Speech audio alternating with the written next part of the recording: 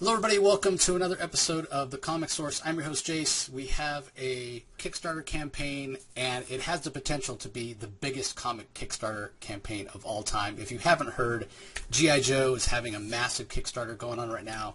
We have one of the central figures that's involved, that's helped bring it to life, joining us to tell us all about it, what you can get, what it entails, how it came together. My pleasure to welcome Alex Antone back to the show. Alex, thanks for taking the time. Absolutely. Good to be here again, Jace. Nice to see you again. I think you had a cool background last time, too, and now we got another cool background. Yeah, it's amazing. And now let me start off, everybody, by saying, okay, if you need to pause the podcast right now or the YouTube video, we understand. Pause it. Go click on the link in the show notes. Go check out the campaign for yourself where you can see all these awesome graphics even closer together, and then come back and learn all about it, right? Remember, link in the show notes, and we'll talk about that a little bit later. But this is an incredible chance to get all of the classic G.I. Joe, the whole Larry Hama run from issue 1 to 155, special missions, like all the annuals, all that stuff in one massive, beautiful package. That's what I can say about it. How do you pitch it, Alex? What is this to you? And also give us your thoughts on how the success of it, like how it's felt so far. Yeah. Well, what this is the complete collection of the entire Marvel run of G.I. Joe. We call it the original run for legal reasons on the Kickstarter page, but it is effectively everything that Marvel published during the era that they were publishing G.I. Joe, with a few logistical exceptions. But by and large, it's everything you want. It's all 155 issues of Real American Hero, all 27 issues, I think, of special missions. There's the Transformers miniseries, G.I. Joe and the Transformers.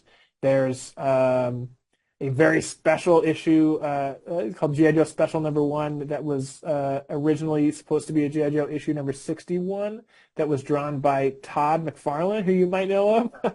And for whatever reason, they spiked that issue on the editorial level. So, but it has never been in print since then, and we've included it in this book. So it's a little piece of comics history, and then.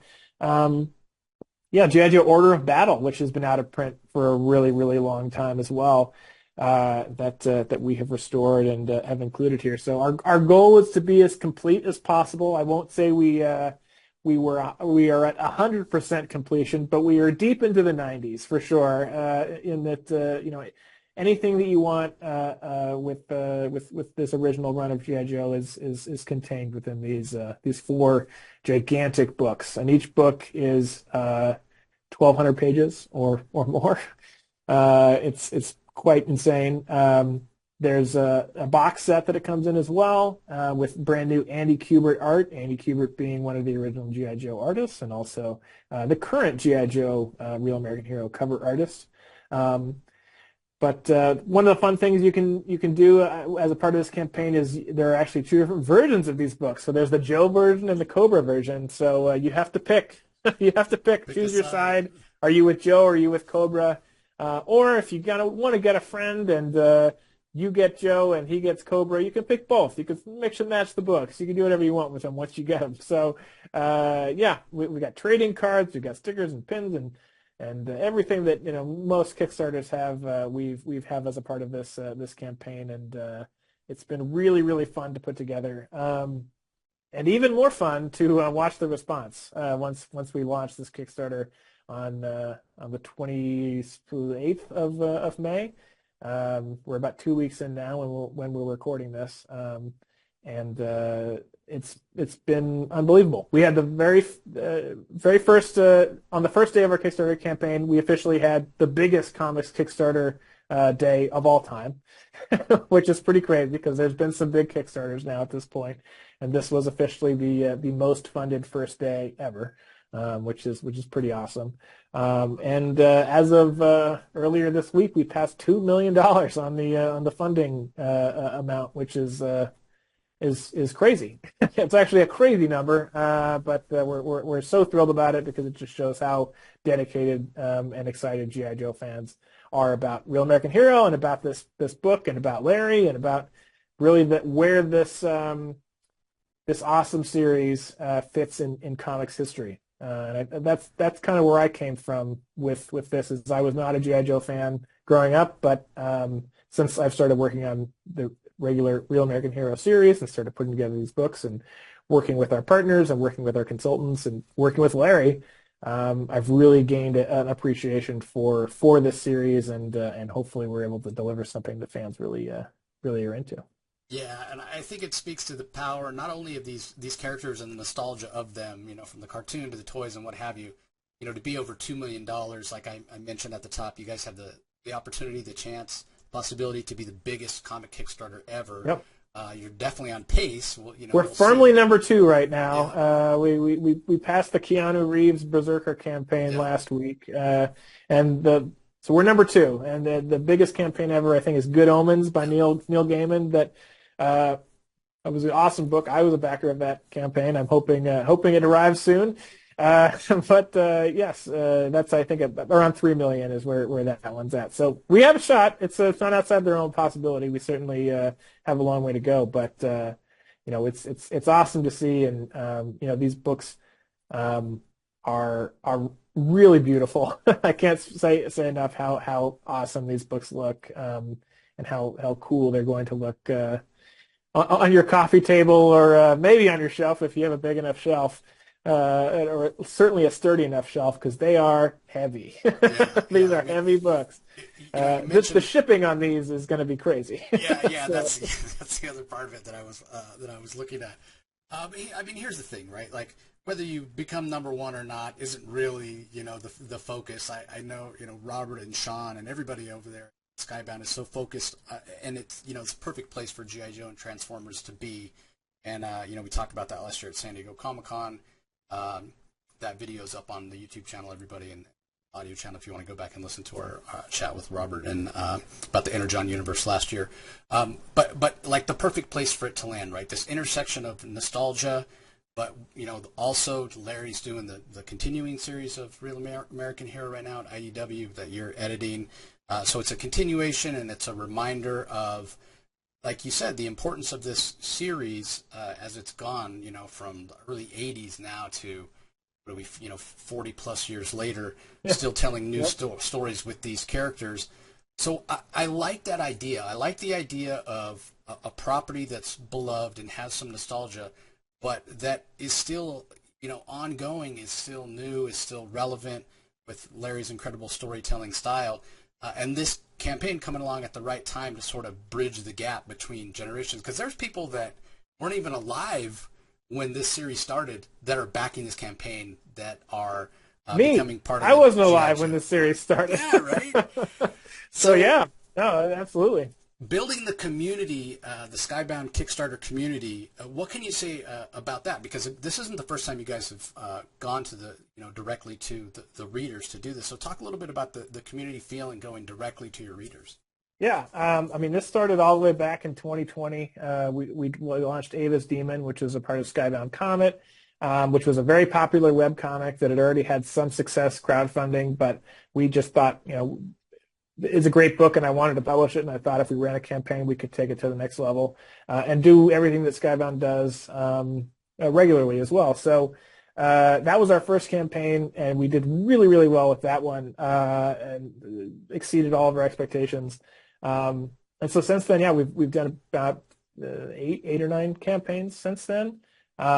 Usually we've been targeting creators that either we've worked with in the past or that have already published stuff with us. We just did a book with Daniel Warren Johnson called Extremity Signature Edition, which was essentially our version of the artist edition, which is gigantic. I wish I had it within reach, but it's a gigantic book that publishes the original art at original size, and it's really, really stunning. But that's the kind of book that to produce would cost so much money if we were to produce it and sell it in the direct market or the book market for that matter, and it wasn't really feasible. So doing a Kickstarter version of it and going directly to the fans was definitely the best way to publish that. And in the case of Ava's Demon, or in the case of G.I. Joe, even, like, we just wanted to make something that celebrated the fandom and we just want to make the best,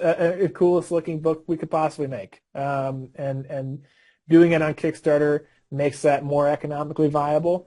We're really, really proud of the work that we've done so far on this one. But yeah, we treat these Kickstarters as fan experiences that are not meant to take away from the eventual book market or direct market release. It's additive to that, and I feel very strongly about that because we definitely want to make sure that we're good retail partners, and we love selling comics and comic book stores, and we love working with all of our retail partners. They're super important to us. So, but something like this is just the first step in the eventual long tail of publishing these books. All of these compendiums will be available in the direct market, will be available in the book market. There'll be soft covers. They'll still be really, really beautiful, but they'll be soft covers. They won't have the same bells and whistles, but it's the same content. So there's really it's something different for every kind of fan. The benefit of backing the Kickstarter is you get everything all at once, and you're going to get it all in beautiful hardcover format. These books are going to be absolutely stunning. So it's pretty cool, and hopefully the urgency is there, because once we end this campaign, these books are not going to be reprinted in this way ever again. You'll have to get the direct market or book market versions, which will still be fine. They just won't have foil. Right. Yeah. I mean, it definitely feels like the definitive edition of these stories, and one that G.I. Joe fans really want to get their hands on it.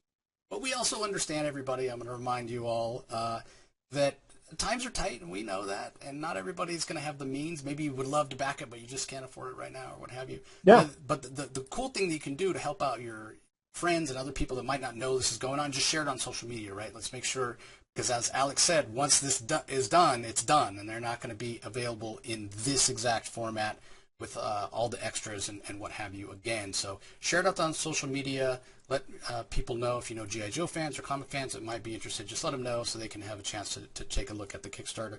Because the other thing, and again, we understand that it's a little pricey, but because so many people are jumping on, and because the goal has gotten so high, or not the goal, but the amount you've raised has gotten so high, you're able to add on these extra features, all these stretch goals. So it's kind of like, in a way, you're getting more bang for your buck. It's never better than to join this campaign, because if you do have to wait and get it later, and there's nothing wrong with that, but you're not going to have the opportunity to get like the trading cards and some of the other add-ons that you guys are able to do, because it has hit such a high funding amount. Isn't that right, Alex? I'm very, very confident that at the end of this, the value of your pledge will be absolutely worth it. Yeah. The value, it will feel like you're getting a lot.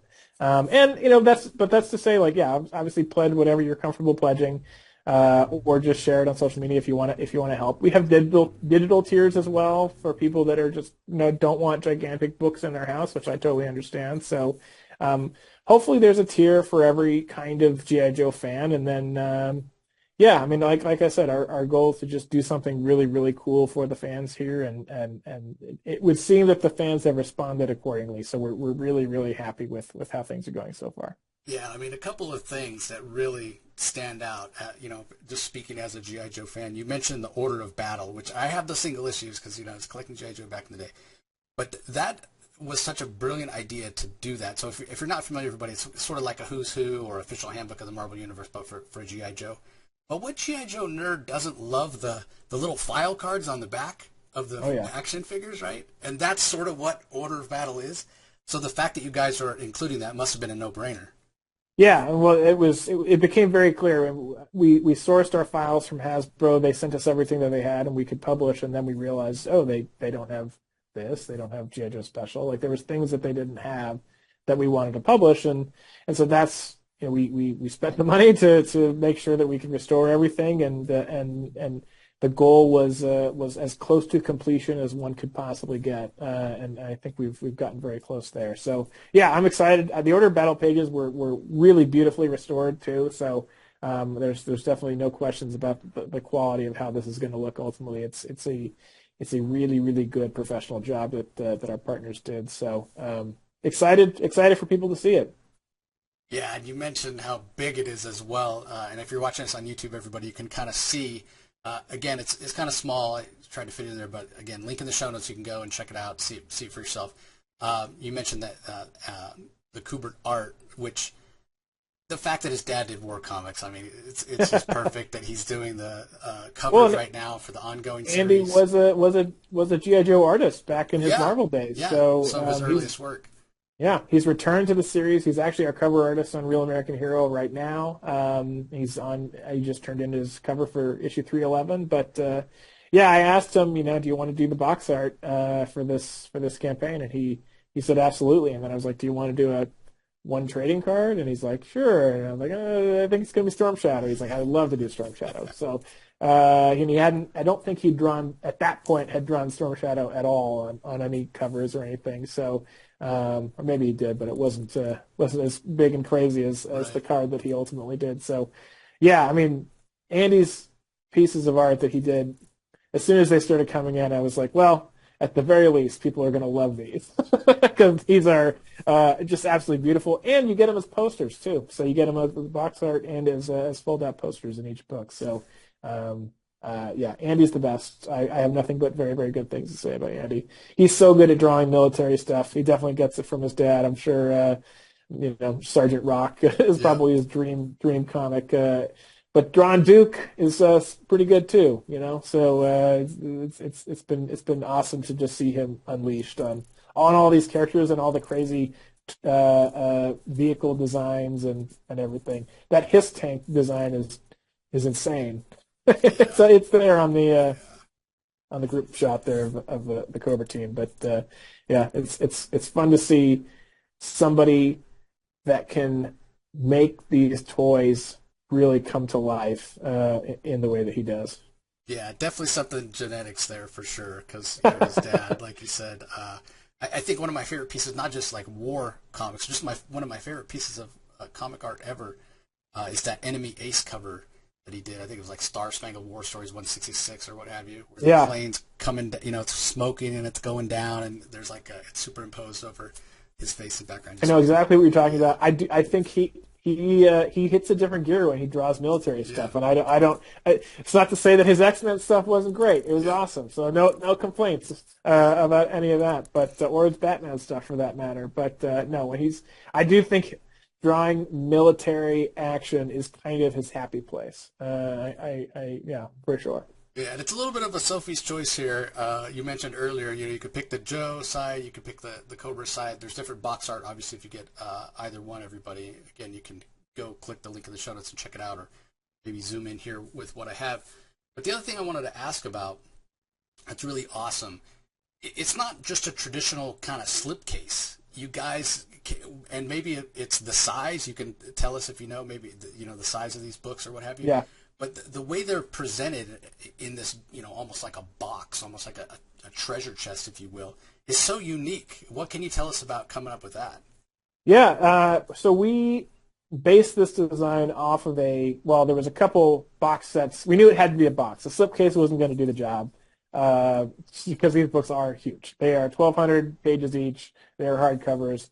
They are, I think, 6 pounds each.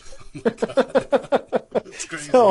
So have a sturdy shelf for sure if you're looking to get these. But yeah, we actually we spec'd out the box, and then the printer was like, we think we're actually going to need to reinforce this box a bit more. So they did. And yeah, it is a sturdy package because it has to be to hold these massive tomes. So yeah, we did a Walking Dead box set that functioned very similarly to this. Our compendium format is pretty consistent across Invincible and Walking Dead.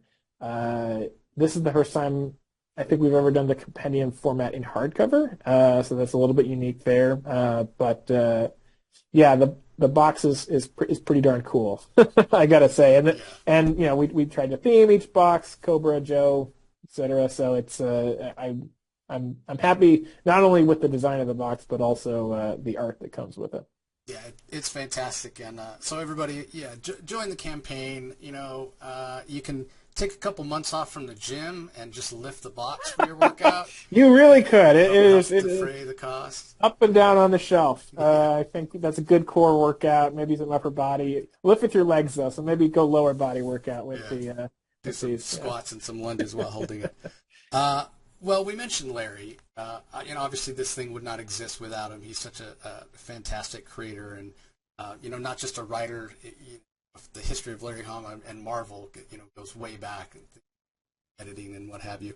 The fact that you're working as an editor for his continuing series of Real American Hero over there at Skybound, and then being able to say, "Hey, Larry, look what we're doing." Like, what was that moment like when he found out that this was coming? At first, he didn't know what it was, and I had to explain what a Kickstarter was. And he was, "Oh, okay, I get it." And then, I think he's been blown away by the response for sure. I don't think that he expected it at all. Right. We had him sign those book plates before the campaign started. We knew we wanted to offer some element of signed material. We flew him in to do the trailer. So I think he knew we were putting some time and some energy and resources behind this campaign. But I don't think he fully appreciated what it was and ultimately the potential of it until it launched, and he started getting messages from everybody he knows, and people immediately. The book plates ran out basically right away, and so we had to get him to sign some more book plates, which he was like, "I'll sign more. It's no problem." It was. I think he's astounded by the response, and it's. That was the first thing that I did. When I called Larry to talk to him on the day of the campaign, or I think maybe it was the day after the campaign launched, just to check in. I was like, "So at least I hope you can appreciate." Like that your work is really valued by just seeing, I know it's crass to look at the dollar amount, but you look at that dollar amount and you go, oh my gosh, like people love G.I. Joe, and it all goes back to Larry, and without Larry, none of this is here. So it's great that he's still around to see this moment, and I know he really, really appreciates, the fan base and the fandom and the fact that he's still able to write this comic after 40 years. I just talked to him about doing his trading cards, because he's doing a couple straight trading cards for the campaign, and we've got his traditional inker Steve Lealoha to do the inks for it, and I can't remember how it came up, but he's like, yeah, traditionally I just do like loose pencils, and Steve takes it from there, and I'm like, that's fine. Like, do whatever you guys do. I'm not gonna edit the way you guys work, because I think after 40 years, like, you know what you're doing, and I'm not. Just go ahead, just send me what you're gonna send me, and that will be just fine. So the fact that the same guy is still involved in this book 40 years later, and not just him, multiple creators are still around. So it's pretty awesome. Yeah, and again, I think the success of the campaign shows the enduring love that people have for Larry's work and for these characters. And like you said, the fact that it's still going on, you can look at this number, like you said, you can think of it, it's a little crass to do it that way, but you look at the number, and then you look at the fact that you guys are still creating new G.I. Joe comics, that Larry's still creating new, fresh stories. That's got to be an almost indescribable feeling as the editor. And I also think it's probably, Larry's been doing this so long, it's probably sort of one of your easier assignments, right? You just kind of sit back and let Larry do what Larry does, right? Yeah, I would say I'm not as in the weeds on story stuff, because it's like, how do you edit Larry? But no, my job is to make sure that the book looks great and make sure that it comes out on a regular basis, and just be there as a resource for Larry, for the artist, for everybody.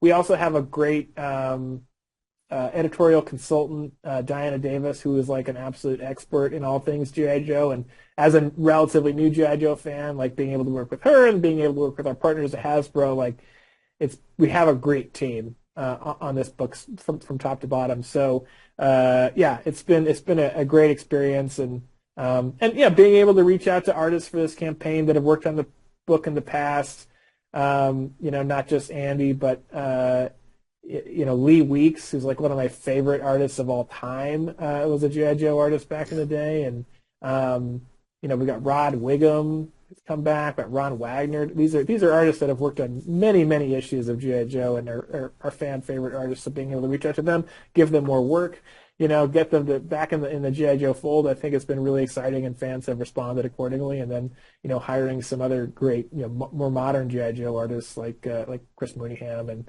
Paul Pelletier and the guys that are currently working on the book. It's been really fun. It's been a ton of work, let me tell you. Yeah, I imagine so. But it's been really fun. Yeah, but it's fantastic to see it pay off. So congrats on the success of the campaign, Alex. It's absolutely amazing. And for me, from my perspective, for what I do at the Comic Source, my only hope is not that G.I. Joe fans get this and enjoy it and just love it and show it off and cherish it, but that anybody who's lapsed, who's not reading the current G.I. Joe stuff, that this reinvigorates their desire to read comics and they jump on board the fantastic series that you guys are still putting out, because it's great. And the new stuff, the stuff that ties in with the Energon universe that Joshua Williamson is building, along with Kelly Thompson and Dan Waters, that stuff is great too. So, yep. Everybody. Something for everybody right now when it comes to G.I. Joe and Transformers. If you're a new fan, or if you're looking for a new take, we got the Energon universe. And then, Real American Hero is the same continuity from the 80s. So we're still going strong and doing really well. So, I'd like to think that any kind of fan could dip into either of those books, but certainly it's nice to have something for everybody. Yeah, it's a great way to put it.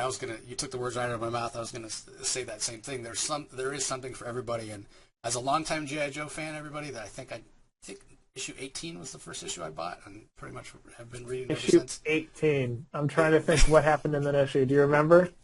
I don't. Actually, it's been too long. So I need to do it, and I tell myself this all the time. It's collected in Compendium number 1 of this Kickstarter, so you can go back and read it. A long reread, but God, finding the time, because I'm still reading the stuff that Larry's doing now. I'm reading the Energon universe, and it's a great time to be a G.I. Joe fan, everybody. So, as we're winding down here, Alex, any last thoughts for our audience?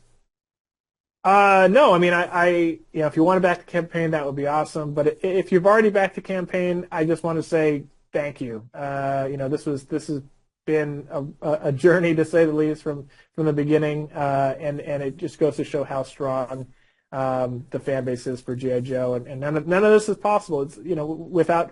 We talked about Larry, but it's also not possible without the fans. So it's been awesome to see all the support for this. Not just in terms of backers and dollars, but just engagement on what we're doing. People voting for their favorite characters to be turned into trading cards. It's very clear that people have very strong feelings about G.I. Joe, and I understand and know that that's really unique. There's not a lot of things out there like this. So it's been really fun and a real honor to be able to dip into this world. Hope you get this. Hope you like the books. I think they're a really important part of comics history. Like I said, I can't wait to have these books on my shelf, because I too would like to thumb through them all again. Yeah, fantastic. And yeah, you're right. The G.I. Joe community is a fun community to be a part of. Everybody just loves these characters, and they mean so much. What the fans have done, what Larry's done, but I also want to give you some props. You said it was a ton of work. I know it had to be. So your team over at Skybound, and the other thing that I'll say, everybody, as kind of a last thought here, this wouldn't be possible without what Robert's built, because at the end of the day, he's one of us. He's a fan. He loves these properties as well, and the fact that he gets to do this stuff, I know, makes him so happy that he's able to pull these properties that are still from the past, and this one's still going on, and presented in such a way, with respect, and honor Larry's work and everything. It wouldn't be possible without the hard work of the people at Skybound. You guys do such a great job creating fantastic stories and wonderful comics. Yeah, no, thank you. And yeah, Robert's he is an absolute diehard G.I. Joe and Transformers fan to a scary degree. Yeah. And it's been awesome to see his passion sort of ignited for this, because he's been working on his own stuff for so long that it's been nice for him to kind of bring his own flavor to things again. Before we go, who's your favorite G.I. Joe character? It's gonna like a cliche, but everybody says Snake Eyes. He's got a special place. That's my favorite too. But if I have to pick somebody, I have two others that are a little more obscure. One of them is because when he came as a figure, he had a bunch of accessories, so that was always really cool.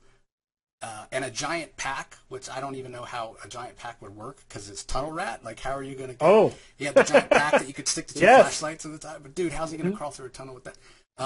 And my other one, just because he looked like no other G.I. Joe guy, Hawaiian shirt, Chuckles. Chuckles! Yeah.